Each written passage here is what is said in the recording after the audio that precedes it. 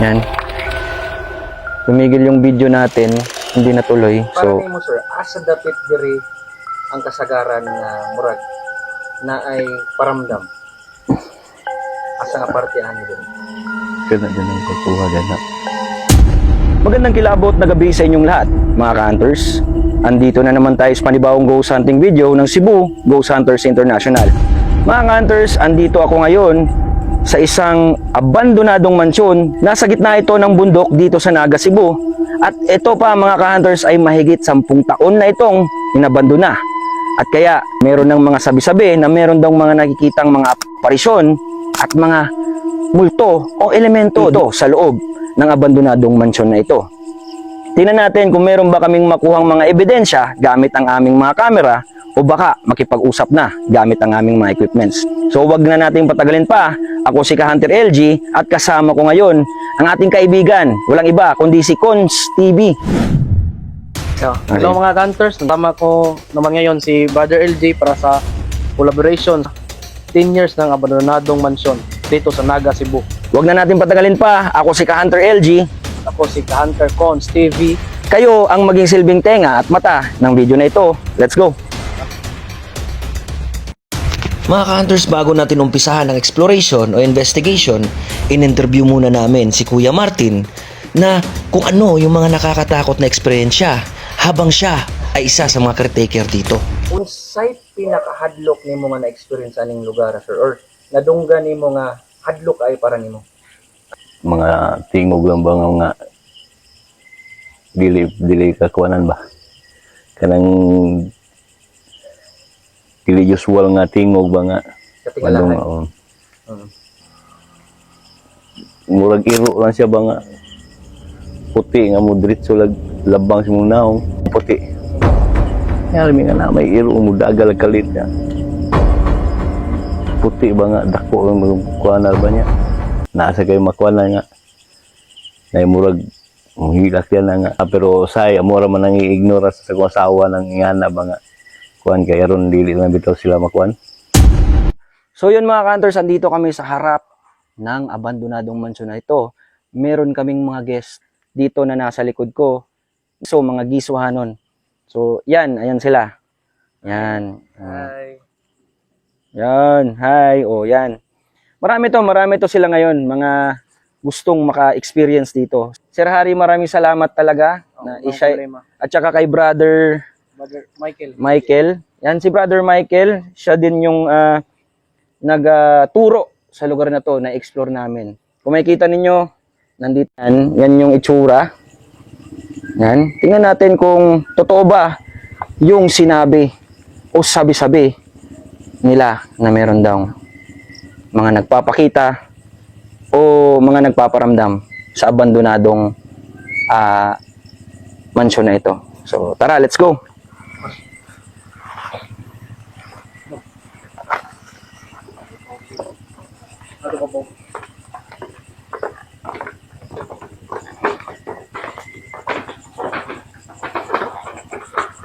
So ngayon may mga teenagers na mga guest tayo. Yan, tuturuan natin sila kung ano yung tamang proseso sa ganitong eksperyensya na paranormal investigation or ghost hunting. So talasan ninyo inyong mga pandinig at saka maging open-minded. Okay? Pag may feel kayo, sabihin ninyo. Samahan nyo muna kami, na libutin to. So ang gagawin namin ngayon dito mga ka-hunters is kami ay aming i-feel o i-explore muna yung location. I-explore. Habang nag-umpisa pa lang kaming libutin ay parang merong isang orb na makikita sa video. Panoorin mabuti. Saan yung mabigat? Makikita sa video habang ating in-snow mo ay klarong-klaro yung orb.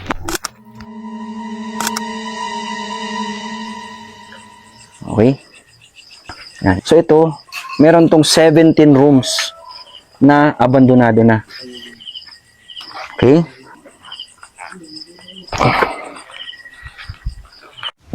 dito mag-umpisa ang mga challenge mga ka-hunters. Pinauna ko sila na maglakad upang maramdaman nila kung ano ang mga nakakatakot dito sa abandonadong mansyon at kung meron ba silang makita na pwede nilang sabihin sa akin. Dahan-dahan muna naming nilibot ang lugar. Ako yung nasa likod at sila yung nauna. At mamaya tatanungin ko sila isa-isa kung ano yung kanilang nararamdaman o ano yung negatibo o parang mabigat na pwede nilang nakuha dito sa loob ng abandonadong mansyon. May kita ko sa kanilang paglalakad na parang nanginginig na yung kanilang mga tuhod dahil sa pagkakaalam natin na ito ay kanilang first time na ma-experience ang ganitong klaseng eksperyensya ng pag-ghost hunting. Pag wala na, dead end na, pwede na tayong bumalik. Dead end na ba? At dito mga ka-hunters, nagtaka ako nang tinanong ko sila na dead end na ba, ay biglang naputol o huminto ang recording ng aking video.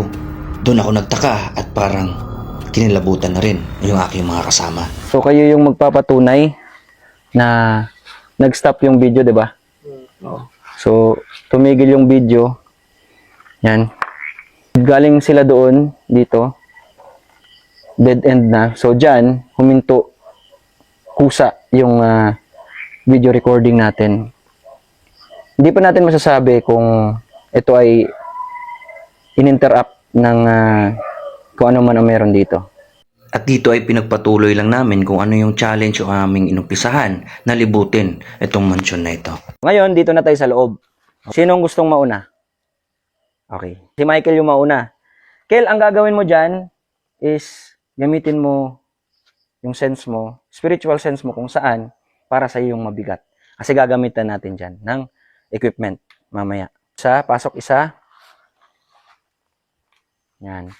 At dito mga ka-hunters ay pinalibot ko muna sa kanila yung lugar upang ma-feel nila kung saan para sa kanila yung mabigat na parang meron silang nararamdaman na negatibo o parang merong nakatingin lang sa kanila.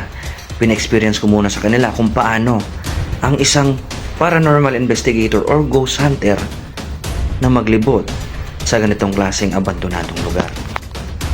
At dito mga ka-hunters ay tapos na nilang libutin at tinanong ko na sila isa-isa kung ano yung kanilang naramdaman. Kung na-feel na negatibo dito o positibo sa loob ng abandonadong mansyon. Okay, unahin natin si brother. Dyan. Yung pagpasok ko na parang hinawakan ako dito. Ito dalawa. Okay, saan part sa room na to? Dito. Dito. Sa'yo, brother? Bigat sa akin naman, pumasok ng hangin. Dito. Okay, ikaw? Dito naman sa akin, mga hunters, dito sa sa may loob ng room, may nararamdaman talaga na mabigat. First time ko dito, pero parang natakot talaga ako dito. Okay, so Pagkatapos nating tanungin yung kanilang mga na-experiensya na para sa kanila kung saan na parte yung mabigat, susunod naman yung grupo ni Sir Harry. At mamaya ay gagawin na natin yung paranormal investigation at gagamitin yung mga equipments.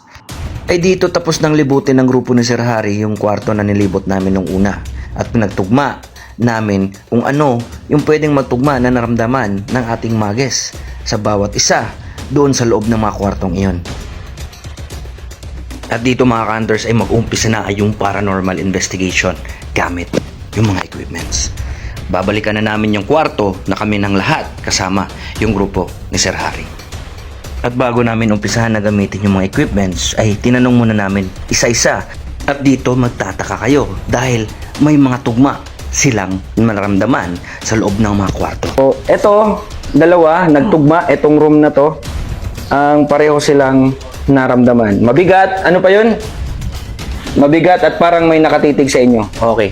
Lawrence, saan yung nasense mo para sa'yo? Dito na part. May nakatingin. Okay. Sige. Parang babae siya. Okay, parang baba. So kung makikita natin, lahat ng room, kahit yung sa center, meron silang nasisense. Di ba? Dito ako kuya. Diyan ka sa CR. Nag-ano ako dito. Naman. Tapos, may kumihid dito. may kumuhit sa likod mo. Okay. So, iba't iba ang kanilang mga na-experience. So, kung makikita natin, conclusion is lahat, buong room, merong iba't ibang experience. Ito, babae sa bintana, hangin dyan, doon, mabigat. Ito dito, may humawak sa kanya. Ito mga ka-hunters ay tapos na natin pinagtugma yung kanilang mga nararamdaman o naramdaman na mabigat sa loob ng abandonado mansyon na ito sa bawat kwarto. Ngayon, isa-isa ko na sa kanilang pinakilala ang mga paranormal equipments at pina-experience ko sa kanila na sila mismo yung maglagay pagkatapos kong in-explain kung ano yung mga gamit ng mga equipments natin. Mayong gabi, ako day si LG. Ako din si Harry. At dito ay nag-umpisa na kaming mag-paranormal investigation gamit ang ating mga equipments. Pinakilala yung aming mga sarili bawat isa at gamit yung recording ng Electronic Voice Phenomenon o EVP. Humanamig sulti sa mo mga pangalan, ikaw or kamo, nabay usa ka spirito diha o spirit diri sa abandonado nga kani nga mansion nga ganahan isulti ang pangalan sa muha.